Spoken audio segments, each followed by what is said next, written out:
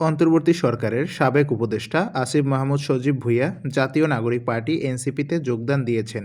তাকে দলের মুখপাত্র করা হলেও তিনি এবার নির্বাচন করবেন না বলে ঘোষণা দিয়েছেন। বিস্তারিত থাকছে ভিডিওতে।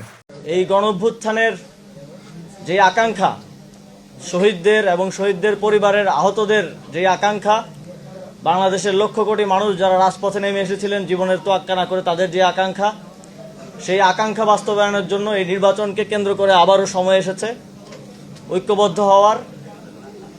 সেই জায়গা থেকে আমি জাতীয় নাগরিক পার্টি এনসিপিতে আজকে যোগদান করছি এবং আমি আসন্ন ত্রয়োদশ জাতীয় সংসদ নির্বাচনে অংশগ্রহণ করছি না। আমি মনে করি যে আমার একজনের সংসদে যাওয়ার থেকে আমাদের জুলাই গণ যাওয়ার ক্ষেত্রে যদি আমি অবদান রাখতে পারি, আমার দায়িত্ব যথাযথভাবে পালন করতে পারি, তাহলে এর থেকে বড় সাফল্য আর কিছু হতে পারে না।